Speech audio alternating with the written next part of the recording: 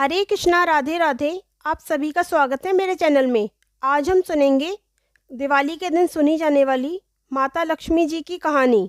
तो चलिए कथा प्रारंभ करते हैं। एक साहूकार था, उसके एक बेटी थी। वह रोज पीपल सींचने जाती थी। पीपल में से लक्ष्मी जी निकलती और चली जाती। एक दिन लक्ष्मी जी ने साहूकार की बेटी से कहा, तू मेरी सहेली बन जा। तब लड़की ने कहा, मैं अपने पिताजी से पूछकर कल बताऊंगी। घर जाकर उसने अपने पिता को सारी बात बताई। पिता ने कहा, यह तो बहुत अच्छी बात है, वह तो लक्ष्मी जी हैं, तू उनकी सहेली बन जा। दूसरे दिन लड़की फिर गई।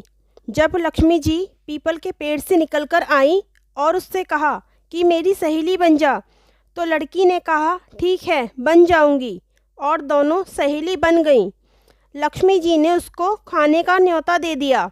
घर आकर लड़की ने अपने पिता से कहा, मेरी सहेली ने मुझे खाने का न्योता दिया है।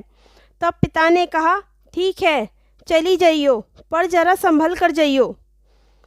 फिर वह लक्ष्मी जी के यहाँ जीमने गई तो लक्ष्मी जी ने उसे शाल दोशाला ओढ़ने के लिए दिया, रुपये रखने के लिए दिए, सोने की चौकी, सोने की थाली में 36 प्रकार का भोजन कराया। जीम कर जब वह जाने लगी तो लक्ष्मी जी ने उसका पल्ला पकड़ लिया और कहा कि मैं भी तेरे घर जीमने आऊँगी। तो उसने कहा, ठीक है, आ जाइयो। घर जाकर वह चुपचाप बैठ गई। तब बाप ने पूछा कि बेटी, सहेली के यहाँ जीमने गई थी तो उदास क्यों बैठी है? तो उसने कहा, पिताजी, मेरे को लक्ष्मी जी ने इतना दिया, अनेक प्रकार के भोजन कराए, परंतु मैं उन्हें कैसे जिमाऊंगी? अपने घर में तो कुछ भी नहीं है। फिर पिता ने कहा कि जैसा होगा वैसे जिमा देंगे, परंतु तू गोबर मिट्टी से चौका कर देना, सफाई कर देना। 4 मुंह वाला दिया जलाकर लक्ष्मी जी का नाम लेकर रसोई में बैठ जाना। लड़की सफाई करके लड्डू लेकर रसोई में बैठ गई। उसी समय एक रानी नहा रही थी। उसका नौलक्खा हार चील उठाकर ले आई और उसका लड्डू ले गई और वह नौलक्खा हार वहाँ डाल गई। बाद में वह हार को तोड़कर बाजार में गई और सामान लाने लगी। तो सुनार ने पूछा कि क्या चाहिए? तब उसने कहा कि सोने की चौकी, सोने का थाल, शाल दुशाला दे दो, मोहर दे और सारी सामग्री दे दो। 36 प्रकार का भोजन हो जाए, इतना सामान दे दो। सारी सामग्री लाकर बहुत तैयारियां करी और रसोई भी बनाई। तब पिता ने कहा कि लक्ष्मी जी को बुलाओ। उसने लक्ष्मी माता को बुलाया तो गणेश जी आगे आगे और लक्ष्मी जी पीछे पीछे आईं। फिर उसने चौकी डाल दी और कहा कि इस चौकी पर बैठ जाओ। तब लक्ष्मी जी ने कहा कि मैं इस चौकी पर कैसे बैठूं? मैं तो राजा रानी के यहाँ भी नहीं टिकती।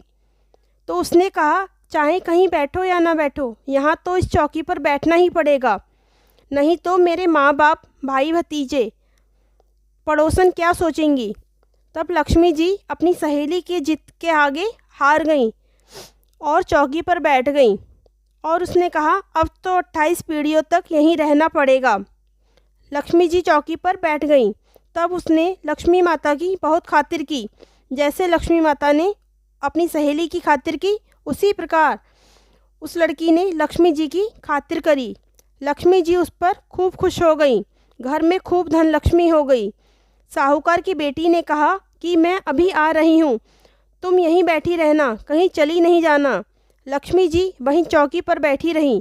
उसके बहुत धन दौलत हो गया। हे लक्ष्मी माता, जैसे तुमने साहूकार की बेटी को सब दिया, वैसे ही सबको देना। कहते सुनते हुंकारा भरते सारे परिवार को देना। हे लक्ष्मी माता, सबका दुख दूर करना, दरिद्रता दूर करना और सबकी मनोकामना पूर्ण करना। बोलिए लक्ष्मी माता की जय, गणेश भगवान की जय। कथा समाप्त। यदि वीडियो पसंद आई हो तो वीडियो को लाइक करें। धन्यवाद।